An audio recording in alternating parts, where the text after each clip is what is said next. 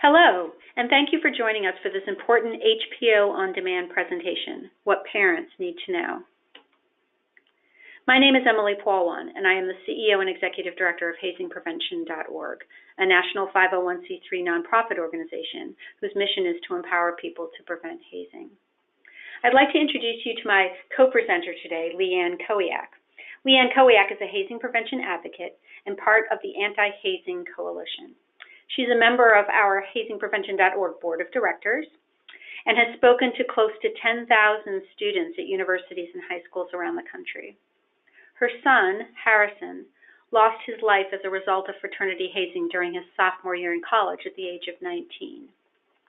Leanne's mission is to raise awareness and education to the dangers of hazing and to save lives. She is a recipient of the Hank Newer Anti-Hazing Hero Award and has appeared on Datelite, NBC, CNN, BBC, Huffington Post Live, and other news media outlets to spotlight the dangers associated with hazing. Today, we're going to talk about what parents need to know to help prevent hazing. Each year, tens of thousands of young men and women get involved in sports, clubs, and organizations at colleges and universities around the country. And the vast majority of these experiences are positive ones.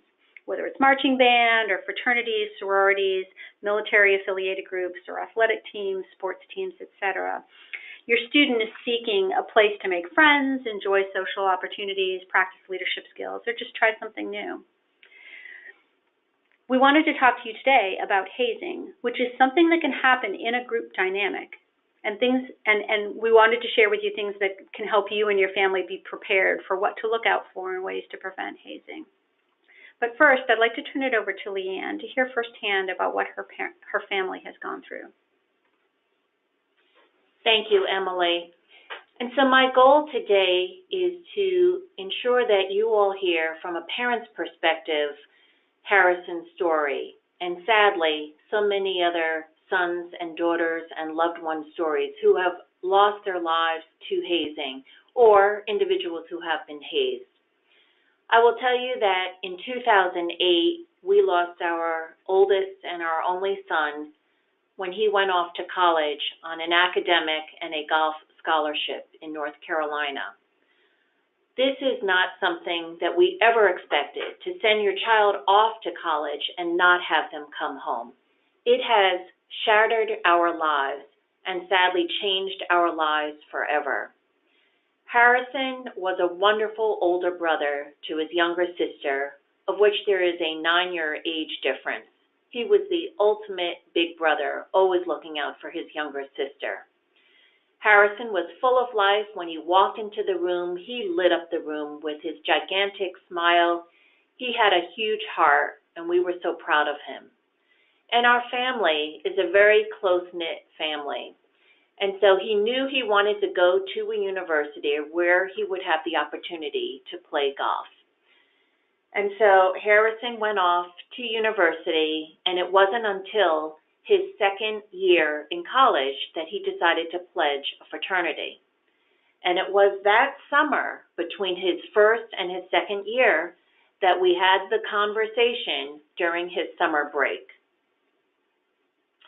What had happened was that he said, "Mom, Dad, I'm thinking about joining a fraternity." And we said, "Oh, why?" And he said, "Well, I just think it's great because then I'll get the full college experience to meet new individuals and the alumni, and just to make sure that I have a wonderful experience in college. I think it will be a good thing." But I also am getting the feedback from the individuals on the golf team who are in the fraternity who are telling me, "Oh, you should join this fraternity because you can carry on the legend. You can be the brother from the golf team that perhaps one day might be president of the chapter because many of us will be leaving." And I know I had asked Harrison the question, "Is it safe?" And he said, "Oh, yeah, I know. I'm sure it's safe. The guys have my back. They want me to join this fraternity." I will tell you that this is the call that no parent ever wants to receive. You do not expect to send your child off to college and not have them come back. You see, we wanted to see Harrison graduate from college, and to one day get married and get his first job and perhaps have children. And sadly, all of those precious life moments that any parent or loved one looks forward to seeing, that will not happen now. What I'd like to play now is a clip, and it's how hazing impacts the families. Here you will have interviews and quotes from the Piazza family and from the Kowiak family, from the parent's perspective as well as from a sibling's perspective.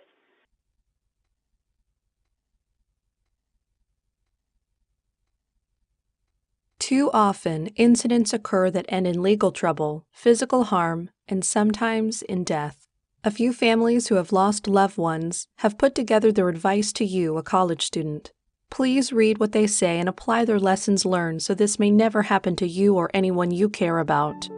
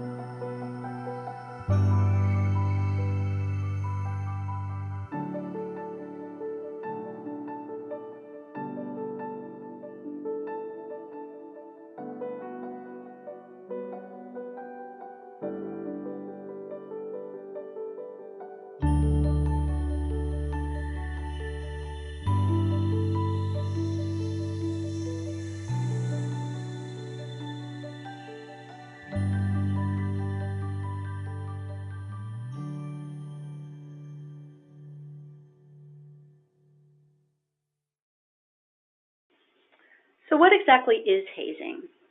As I mentioned, the majority of student organizations and teams provide amazing positive experiences for their members. However, some organizations engage in negative behaviors, acts of humiliation, or demeaning tasks meant to prove an individual's commitment and worthiness to join a group. Hazing has existed for centuries, and schools and colleges go to great lengths to prevent it. But it's important for you and your students to educate yourself on what it is and what you can look for.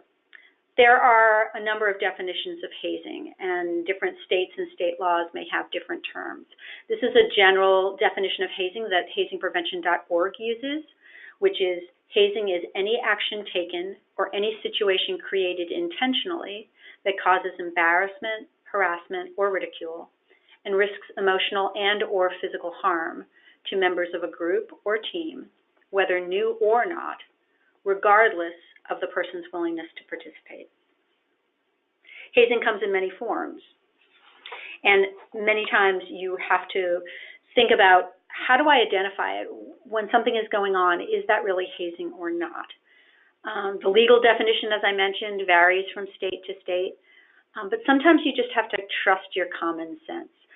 Is something that's being described to you seem healthy, positive? Is it accruing to the mission of that organization? Is it helping the team along? Here's a number of activities that may be considered hazing by your school or organization. Activities that are meant to earn a place within your organization or team that seem inconsistent with their character or their values. activities that are embarrassing or mentally or physically abusive. And this can be shaming or calling people names, etc., as well as a number of physical activities. Forced or coerced abuse of alcohol or food. Many times we'll hear of incidents where people were forced to eat spicy foods, for example. Personal servitude or meaningless tasks. One of the ways that we identify hazing is if new initiates or junior members of a group are being required to do something humiliating or as a personal servitude that the older or established members of the group are not required to do.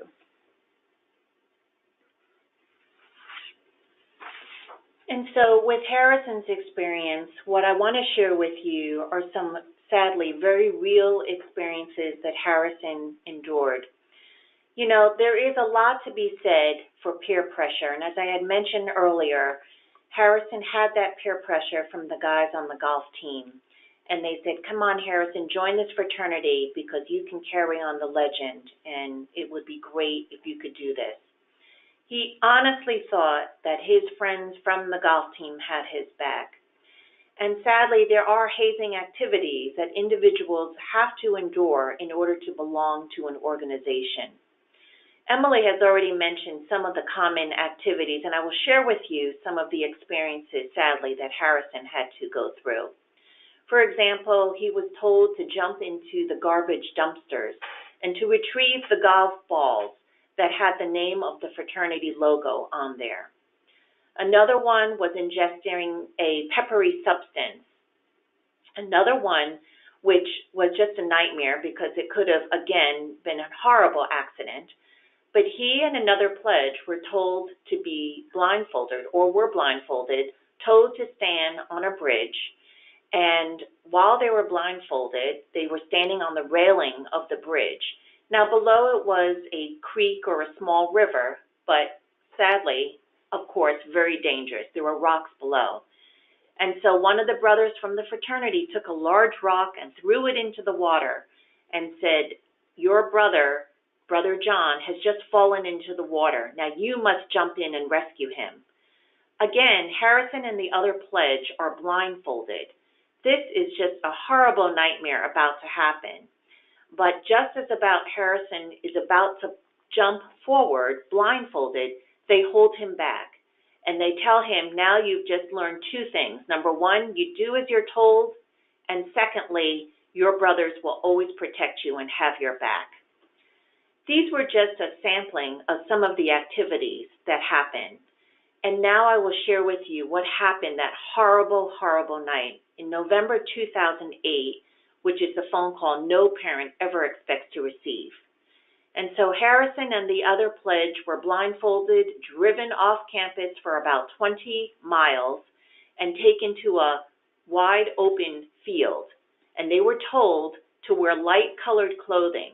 And the brothers of this fraternity chapter were wearing dark-colored clothing.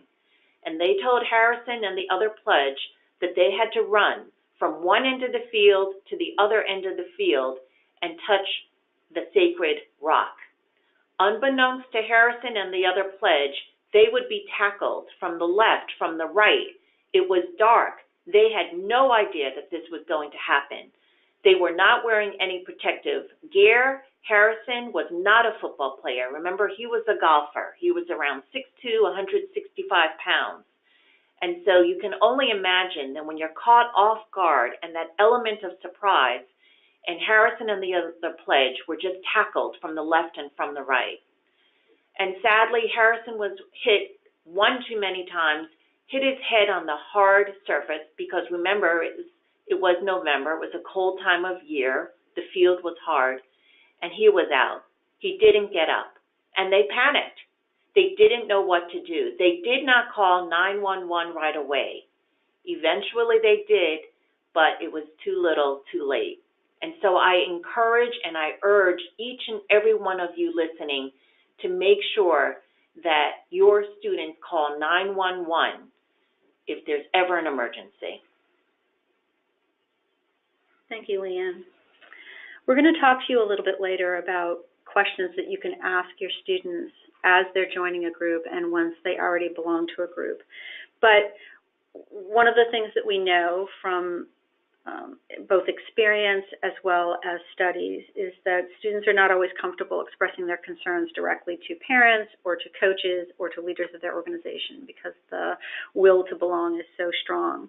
So we wanted to share with you some key things to look for that might help you identify whether or not your student may be experiencing hazing. And if you see any of these things, they can be good triggers for starting that conversation or even elevating your concern to another party. These can include sudden changes in behavior or attitude after they've joined an organization. They might have been very excited to join beforehand, and then you see a very swift and sudden change when they're talking about that organization or that team.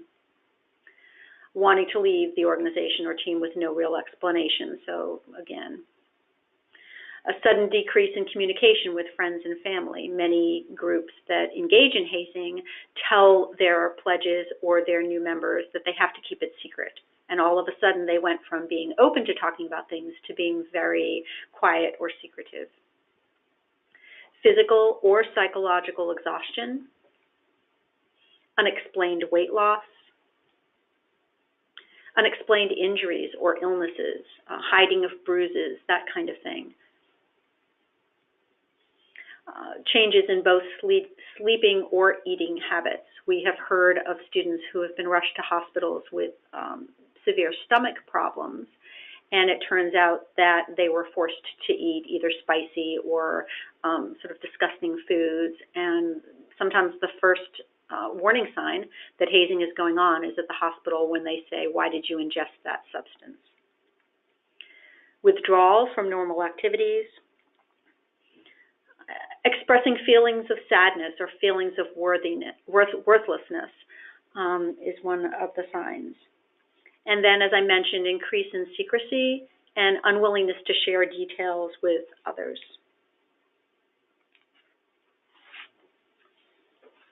It is so important, parents, caregivers, loved ones, to take a proactive role in fighting hazing.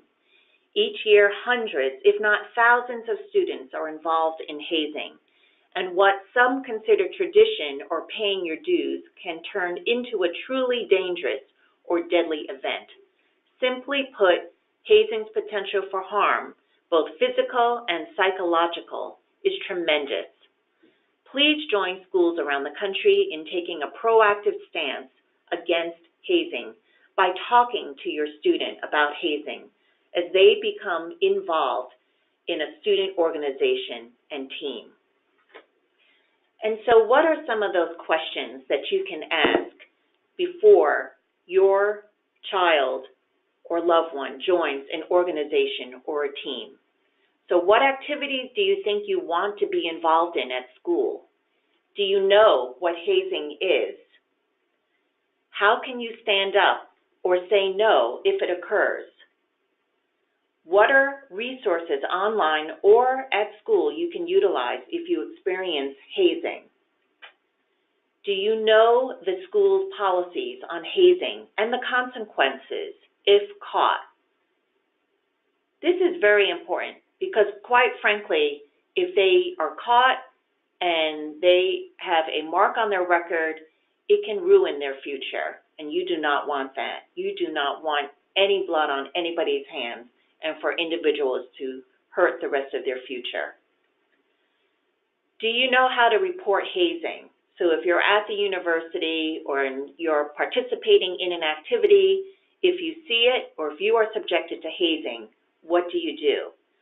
I encourage you as a parent or loved one or caregiver to go to the university's website.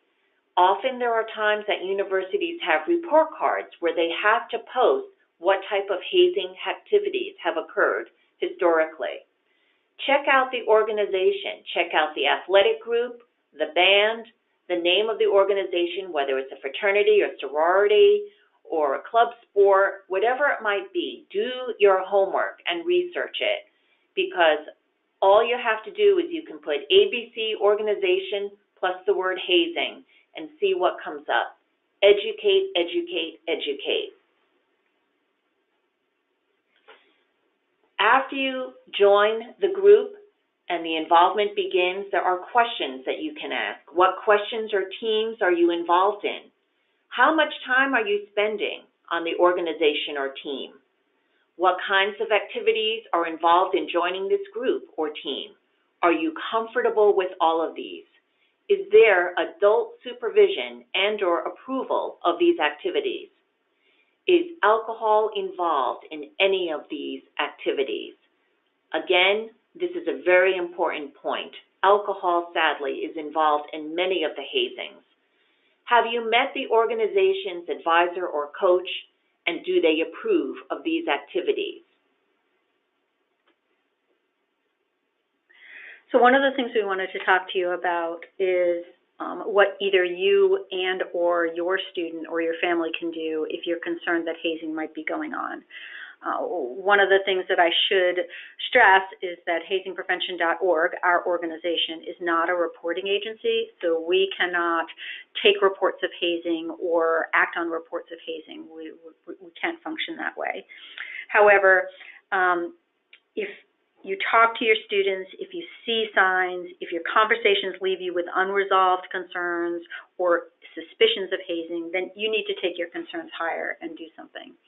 The first thing we say is, if it is an emergency, if you believe that somebody is in the moment, that somebody could get hurt, please call 911. If you have heard or seen of any physical assault or heavy drinking, etc., please call 911. It is your first and immediate line for somebody to get help, and you could save a life. If you do not believe that it's an immediate emergency, we still encourage you to report, because after the fact you may be seeing one incident, but we know from experience that if something is seen on the surface, there's usually a lot more going on behind the scenes. So we suggest that either you or your student can do a number of things. They can contact campus security. Campus security is responsible for looking out for all of the on-campus and in many cases off-campus activities that take place. They can contact the organization's headquarters. And by organization in this case, I usually mean fraternities and sororities will have national headquarters, and those headquarters are responsible for chartering the chapters that are on campuses. So you may have a chapter at your campus, but they accrue up to and report up to a national headquarter staff. Campus administrators. So one of the things that we suggest is, if you are concerned about hazing possibly taking place, or even if you want to ask about hazing in the organizations, as Leanne mentioned, that there's usually a student affairs department where you can contact a dean of students or a VP of student affairs, and in many cases they may have somebody that reports to them that is responsible for club sports or fraternity and sorority life, or band, for example. If it's a sports team, absolutely the team coach or the athletic director at the school should definitely hear about any potential case. And so as I look at these beautiful pictures of my son, Harrison, the picture on the right where Harrison has the camera around his neck, that is actually the parents' weekend, the last time that I saw Harrison, and that was in early November of 2008. And we lost Harrison just before Thanksgiving. And I want to remind you to make sure that you have those ongoing conversations with your student. Make sure they know what activities are necessary to join an organization. No one should ever be subjected to physical or emotional harm. And I ask that the students do the mom test. And what I mean by that is the activity that I'm about to be part of one that my mom would be approving of? So is this activity something that is illegal? Is it against my values? Is it causing emotional or physical distress to me and others?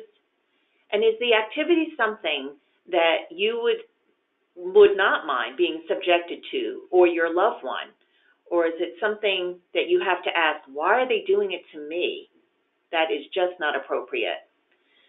The other items that I want you to think about are, as I had mentioned previously, to research the organization as well as the university.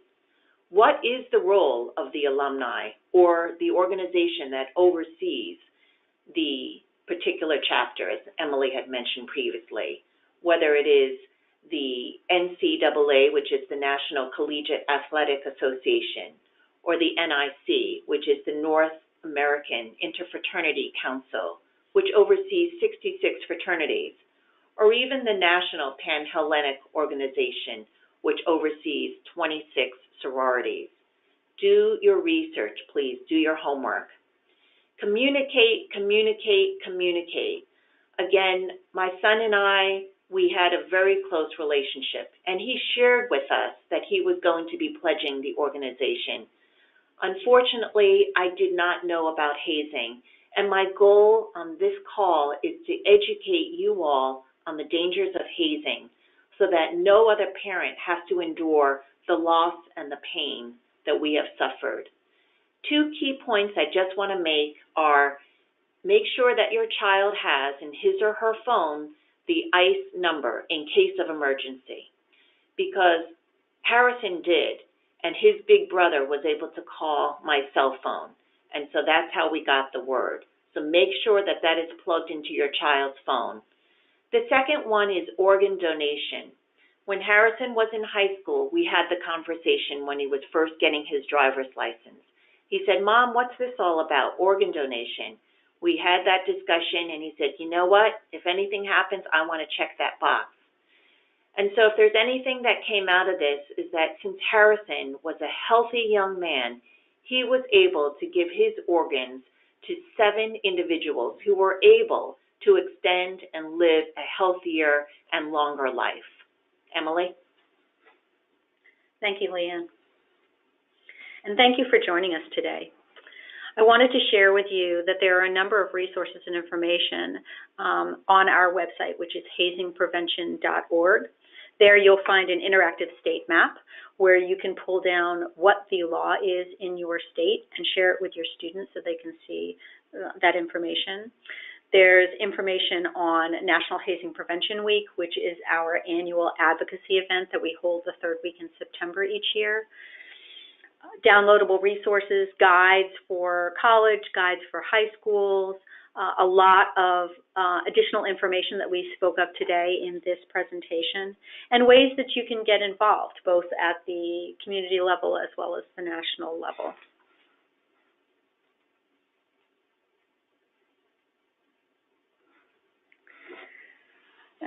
Some final thoughts. There are positive ways for organizations and teams to build loyalty and a sense of belonging. But many times they need the support of advisors, coaches, and parents to make the positive change.